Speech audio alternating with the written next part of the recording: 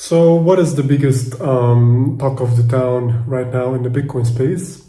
You guessed it, it's the Bitcoin Treasury companies. So, earlier this year, basically in January, like a few days after New Year's Eve, I made like a 2025 Bitcoin video, and I said in it, like, what the hell are we doing? Like, what if you're a company like trying to do something, trying to build something, trying to innovate, trying to make profit, everything like that? You may be doing that, and that's completely fine. But the question you have to ask yourself is all this capital, all this research and development, all this investment, everything that you're doing, all the operational cost, the entire headache that you're undertaking, is it really underperforming or outperforming Bitcoin? That's what you should be asking yourself. Because yes, you could be making profit, and that's great. A lot of companies do make profit, but the profit you're making, is it at the opportunity cost of just buying and holding Bitcoin? So you have investors who are giving you capital, and you're using this capital probably efficiently, breaking even, which is great. But this capital that you're using couldn't have, the capital that you received from these investors that you are here to serve, basically. If you just invest that capital in Bitcoin, wouldn't it have rendered a better outcome? The answer to this question is just depends on your company, right? So in some cases, yes, you could be like a highly profitable business, such as maybe Nvidia or something like that, and yeah, you're outperforming Bitcoin. But in many cases, and this is the argument that I was making in that video, is that no, you're not outperforming Bitcoin. Now, this brings us to Bitcoin Treasury companies. Back then, when I made this video, we had like a few Bitcoin Treasury companies, such as MicroStrategy, such as MetaPlanet, and maybe Semler. It was like 3 or 4, maybe I missed a couple.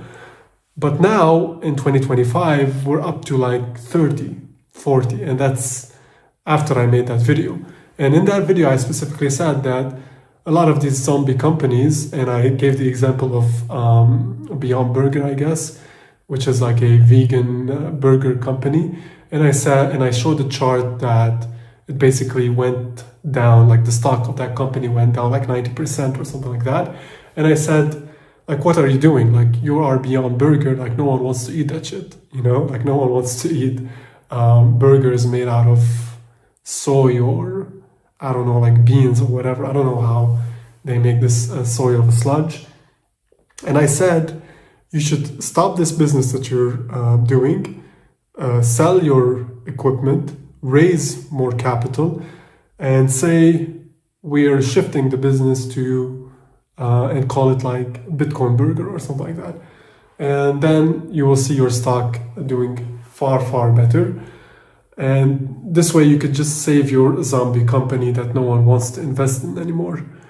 And this is what's happening right now. We have a lot of companies that are probably, have a better business model than Beyond Burgers, but they shifted to this Bitcoin strategy because they realized that they're just burning capital, they're just burning cash, and they're barely breaking even. Sometimes they're not even, and this is reflected in their stock price. And so when they adopted a Bitcoin strategy or a Bitcoin treasury strategy, the stock became alive again. It's no longer a zombie company. It's a well-alive company. And so I'm not here to argue about whether or not a lot of these companies will fail, or maybe like the MNAV will just drop to like 1/1. If these companies should be valued at a higher premium than whatever Bitcoin treasury they hold. That's not really what I'm trying to argue here. So what I'm trying to say is that you don't really...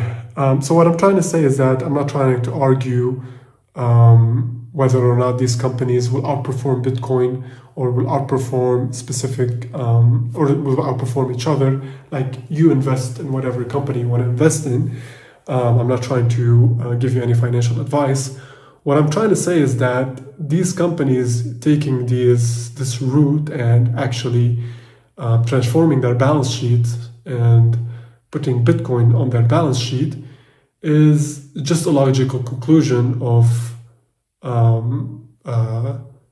the Bitcoin space. It's just a logical conclusion of the next era of Bitcoin adoption, because if Bitcoin is going to keep outperforming almost everything, and most business ideas cannot really outperform it, then those who actually have a business that is not outperforming Bitcoin, or it's barely breaking even or even losing, they're just going to say to themselves, okay, we have this capital, we have this cash, we have this ability to borrow, we have this ability to issue equity, we have this ability to print money, basically. They're just printing equity, they're just printing convertible notes at a very low interest rate. Then, yeah, let's just do that, let's just issue equity, buy Bitcoin, and this will pump our equity and will give us the possibility to borrow or to issue more stock and buy more Bitcoin.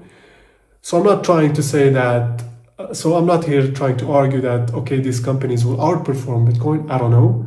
But what I'm saying is that these companies, by adopting this strategy, will almost certainly outperform whatever they used to be doing before adopting the Bitcoin Treasury company strategy.